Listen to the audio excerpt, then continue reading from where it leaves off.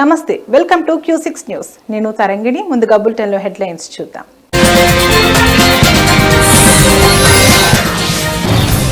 రాష్ట్రాన్ని బీఆర్ఎస్ అప్పుల పాలు చేస్తే సీఎం రేవంత్ గాడిలో పెడుతున్నారు. ఎమ్మెల్యే ఏర్లపల్లి శంకర్ వెల్లడి.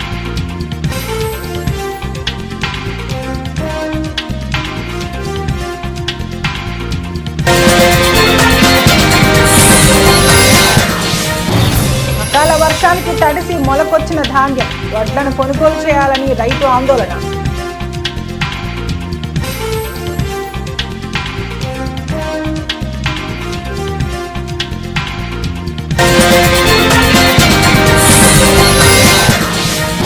ఘనంగా సూపర్ స్టార్ కృష్ణ జయంతి వేడుకలు, భారీ కేక్ ని కట్ చేసిన ఫ్యాన్స్. జయంతి వేడుకలు.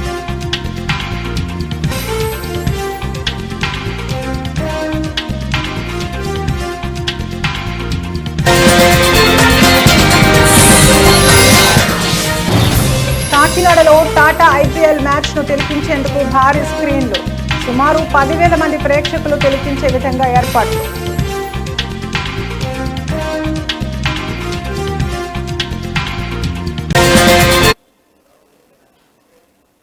ములుగు అకాల వర్షానికి తడిసి మొలకొచ్చిన ధాన్యం, వడ్లు కొనకపోతే ఆత్మహత్య దిక్కు అని రైతులు వాపోయారు. తాడ్వాయి మండలం కాటాపూర్ గ్రామానికి చెందిన లాలయ్య అనే రైతు తన 7 ఎకరాల పొలంలో వరి సాగు చేశాడు. పంట కోసి నెల రోజులు అవుతున్న కొనుగోలు కేంద్రానికి తీసుకెళ్లి స్తోమత లేక పొలం వద్దే వడ్లు ఆరపోసుకున్నాడు. అకాల వర్షానికి తడిసి మొలకొచ్చిన ధాన్యం కాకుండా మిగతా ధాన్యాన్ని కొనుగోలు చేయమని వేడుకున్నప్పటికీ అధికారులు పట్టించుకోవడం లేదని రైతు ఆవేదన వ్యక్తం చేస్తున్నాడు. ఇప్పటికైనా తన వడ్లను కొనుగోలు చేయాలని, లేకపోతే తనకు ఆత్మహత్య దిక్కని రైతు లాలయ్య ఆందోళన వ్యక్తం చేస్తున్నాడు.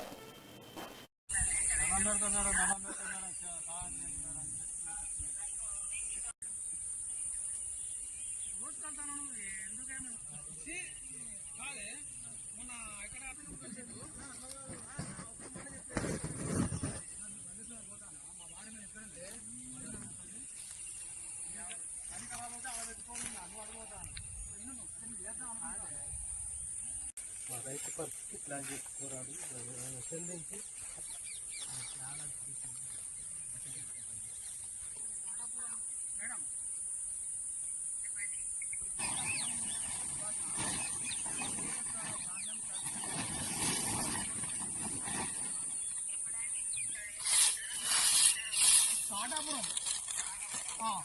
బాలయ్య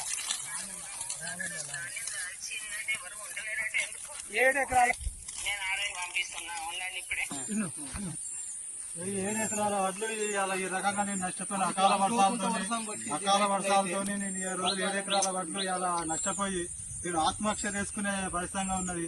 ఏది ఏమున్నా కానీ ప్రభుత్వమే దీనికి బాధ్యత వహించాలి. ఈ ప్రభుత్వం ఇంత నిర్లక్ష్య ప్రభుత్వం, అధికారులు కూడా ఎవరు కూడా ఈ రైతులు పట్టించుకుని నాదులు లేడు ఈ రోజులల్లా. ఎందుకంటే ఎందుకు బతకాలి, ఏం చేయాలి, రైతు బంధు లేదు, రైతు బీమా లేదు ఈ రోజులల్లా.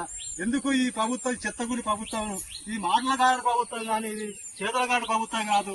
ఇది ఎందుకంటే ఇది రైతులు రక్తం తాగి రైతు దగ్గర రాజ్యం ఆట ఎత్తేసిన ఎగర్చామట. ఈ రాజ్యం కూడా ఈ రోజుల్లో రైతులతో పెట్టుకొని ఈ రోజు రాజ్యం కూడా ఇది బాగుపడే పొజిషన్ లేదని నేను ఈ రోజు మీడియా ద్వారా నేను చెప్తా ఉన్నా. ఎట్లా చేసినా వడ్లు ఎవరైనా కొనుక్కుంటే ఆత్మహత్య చేసుకుంటా, దీనికి కాంగ్రెస్ పార్టీ దీనికి బాధ్యత వహించాలని కూడా నేను ఇలా చెప్తా ఉన్నా. ఏప్రిల్ 1వ తారీఖు పోసిన ఏప్రిల్ అయిపోయింది, ఇలా 2 నెలలకు. సినీ విలీనాకాశంలో ఎంతో మందికి సహాయ సహకారాలు అందించి సేవాభావంతో ఉన్నతంగా రాణించిన మహనీయులు సూపర్ స్టార్ ఘట్టమనేని కృష్ణ అని చల్లా వెంకటరమణ, ఎం శేఖర్, బోరా ఎల్లారెడ్డి పేర్కొన్నారు. కాకినాడ జిల్లా కొత్తపేటలో కృష్ణ మహేష్ బాబు ఫ్యాన్స్ ఆధ్వర్యంలో సూపర్ స్టార్ కృష్ణ 82వ జయంతి వేడుకలను ఘనంగా నిర్వహించారు. భారీ కేక్ ను కట్ చేసి పేదలకు అన్నదానం చేపట్టారు. సూపర్ స్టార్ కృష్ణ తన సినీ జీవితాన్ని తేనె మనసుల సినిమాతో ప్రారంభించి ధృవతారలా నిలిచారని వారు కొనియాడారు.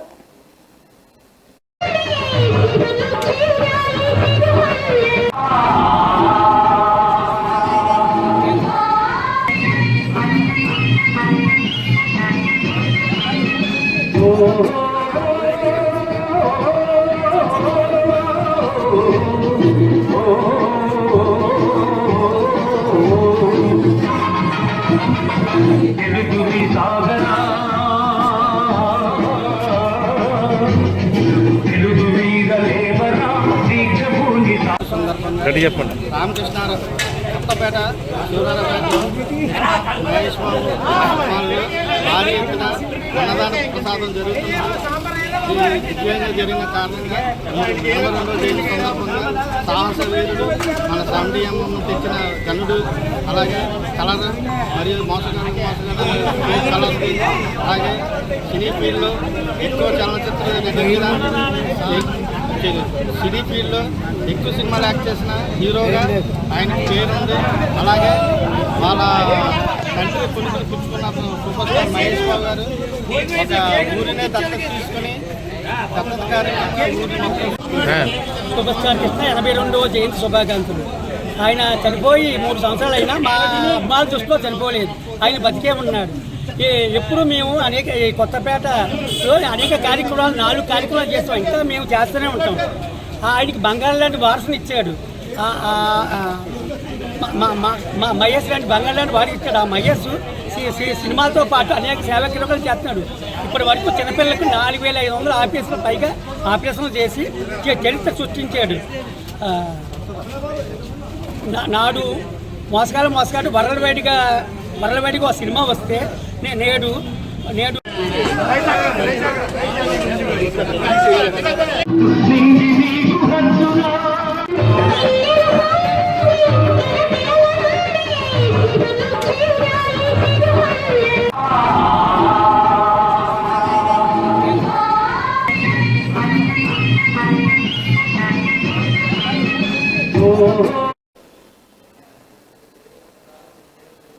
దక్షిణాది రాష్ట్రాల్లో తొలిసారిగా కాకినాడలో టాటా ఐపీఎల్ మ్యాచ్ ను తిలకించేందుకు భారీ స్క్రీన్లు ఏర్పాటు చేయడం జరిగిందని ఎంపీ కార్యాలయం ఇన్ఛార్జ్ లక్ష్మణ్ మూర్తి, బీసీసీఐ ప్రతినిధి ఆల్విన్ గైక్వాడ్ తెలిపారు.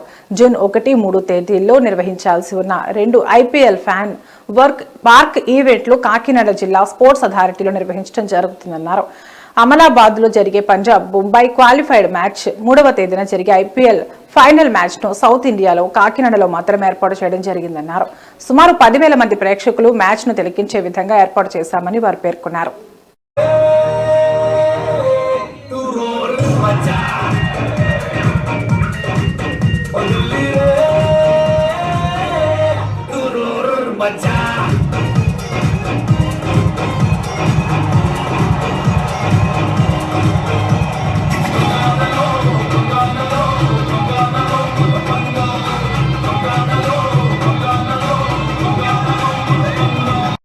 మీడియా మిత్రులకి సానా సతీష్ బాబు గారి తరఫున ఆఫీస్ తరఫున అభినందనలు తెలియజేస్తున్నాం.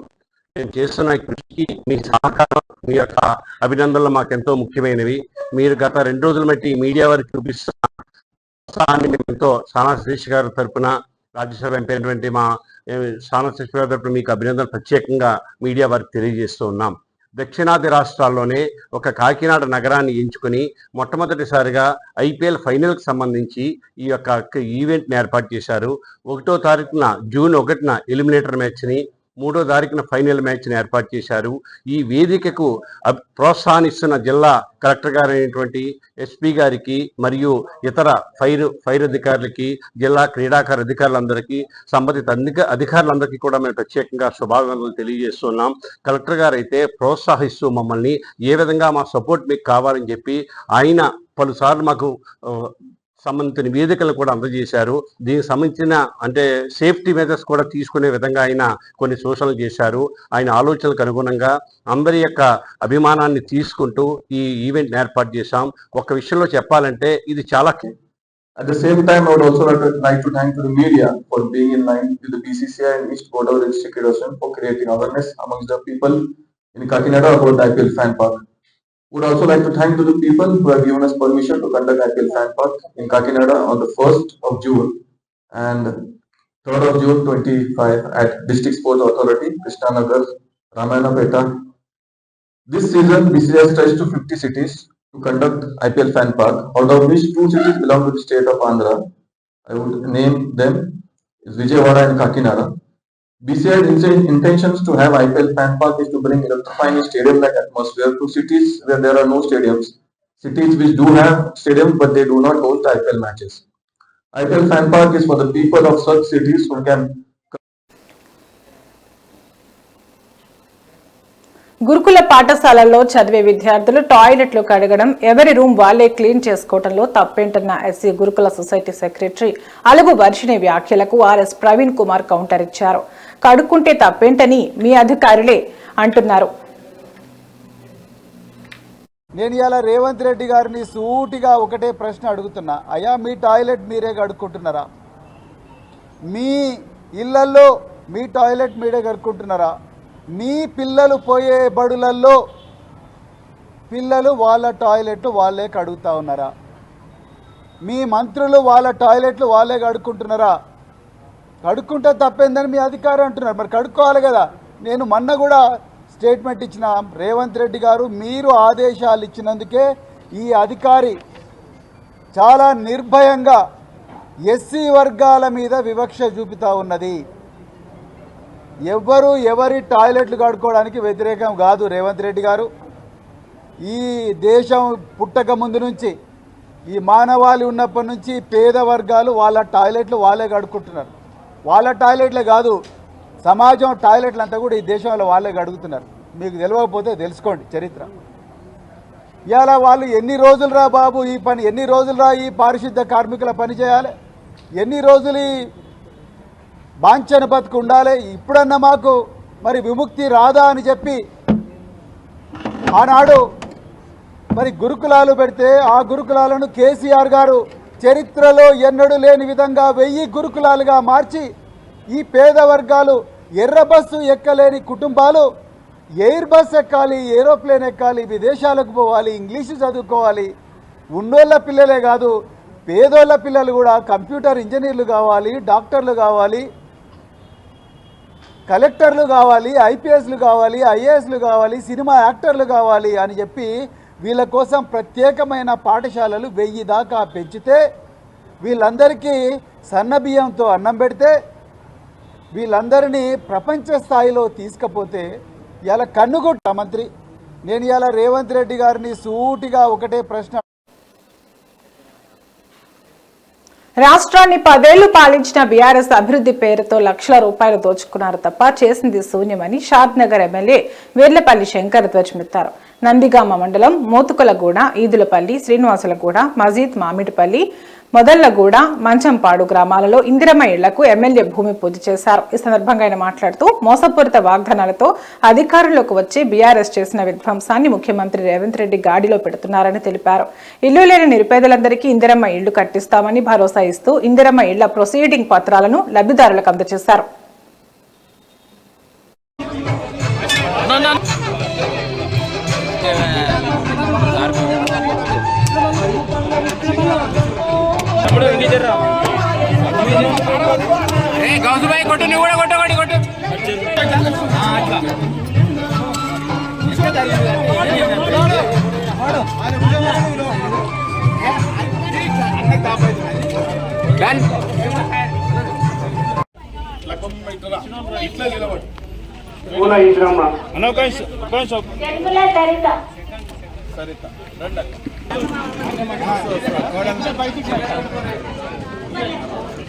ఒక్కసారి ఇక్కడ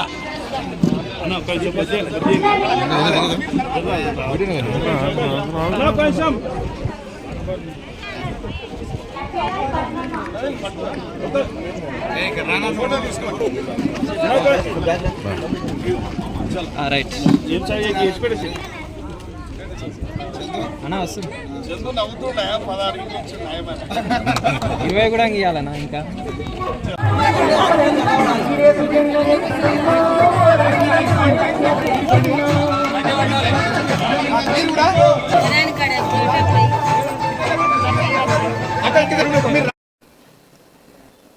కేంద్ర రాష్ట్ర ప్రభుత్వాలు పెట్టుబడిదారులకు, కార్పొరేట్ సంస్థలకు, కార్మికులను, ఉద్యోగులను బానిసలుగా చేసే 4 లేబర్ కోడ్లను రద్దు చేయాలని సిఐటియు జాతీయ ఉపాధ్యక్షురాలు బేబీరాణి, నాయకులు రమణ పేర్కొన్నారు. సిఐటియు 55వ వ్యవస్థాపక దినోత్సవం సందర్భంగా కాకినాడ సామాన్య ఆసుపత్రి వద్ద సిఐటియు పతాకాన్ని సిఐటియు జాతీయ ఉపాధ్యక్షురాలు బేబీరాణి, రమణ, వీరబాబు తదితరులు ఆవిష్కరించారు. ఈ సందర్భంగా వారు మాట్లాడుతూ కేంద్ర ప్రభుత్వం 44 చట్టాలను 4 చట్టాలుగా మార్చడం తగదని, వెంటనే కార్మికుల హక్కులను కాలరాసే 4 లేబర్ కోడ్లను రద్దు చేయాలని వారు డిమాండ్ చేశారు. కార్మిక వర్గం ఐక్య పోరాటాలతోనే సమస్యలు పరిష్కారం అవుతాయని పేర్కొన్నారు.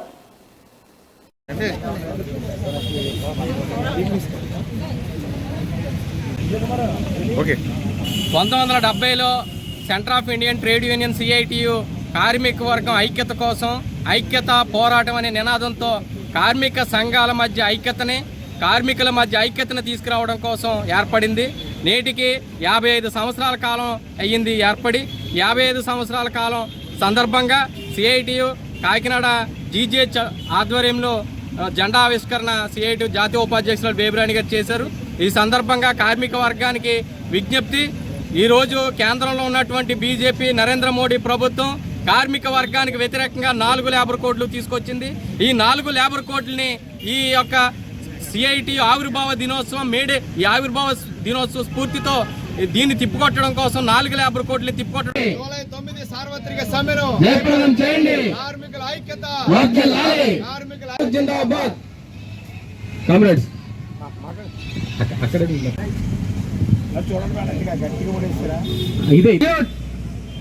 ఆర్డర్ సెల్యూట్ ఆర్డర్ వర్ధిల్లాలి ఐక్యత పోరాటం జిందాబాద్ జిందాబాద్ సిఐటి.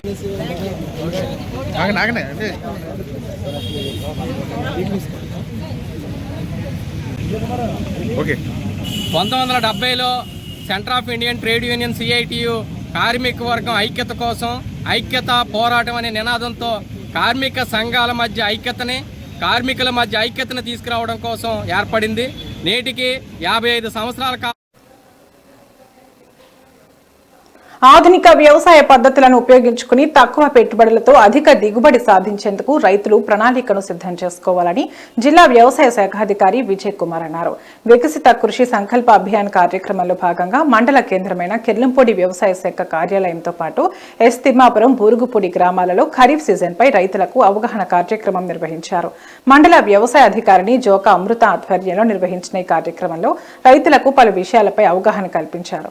ఈ సందర్భంగా ఆయన మాట్లాడుతూ రైతులు సన్న రకాల పంటలతో పాటు మెరక వ్యవసాయంలో అపరాలు, చిరుధాన్యాలు వంటి పంటలపై దృష్టి సారించాలని ఆయన రైతులకు సూచించారు.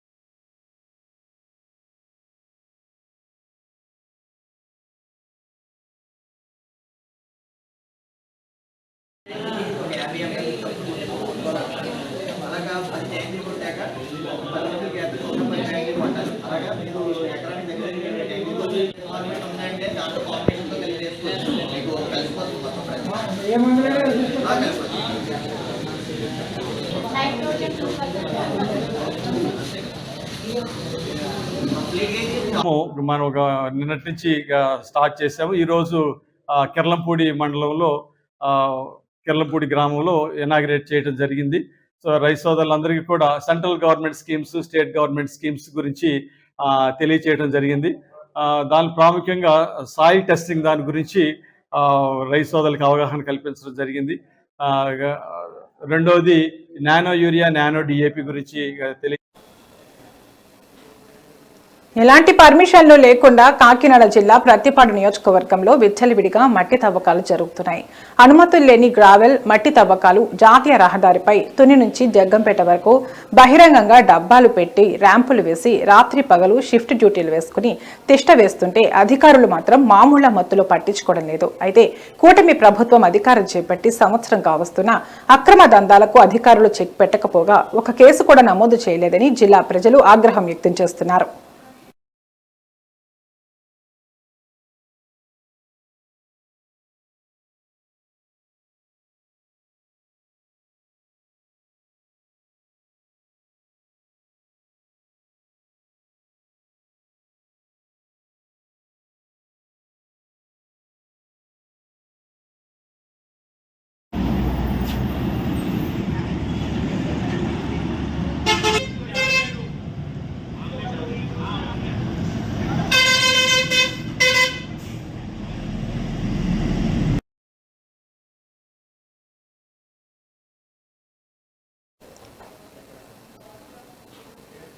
ఇవి ఇప్పటి వరకు నా బులెటిన్ అప్డేట్స్. మరో బులెటిన్లో మళ్ళీ కలుద్దాం. నమస్తే.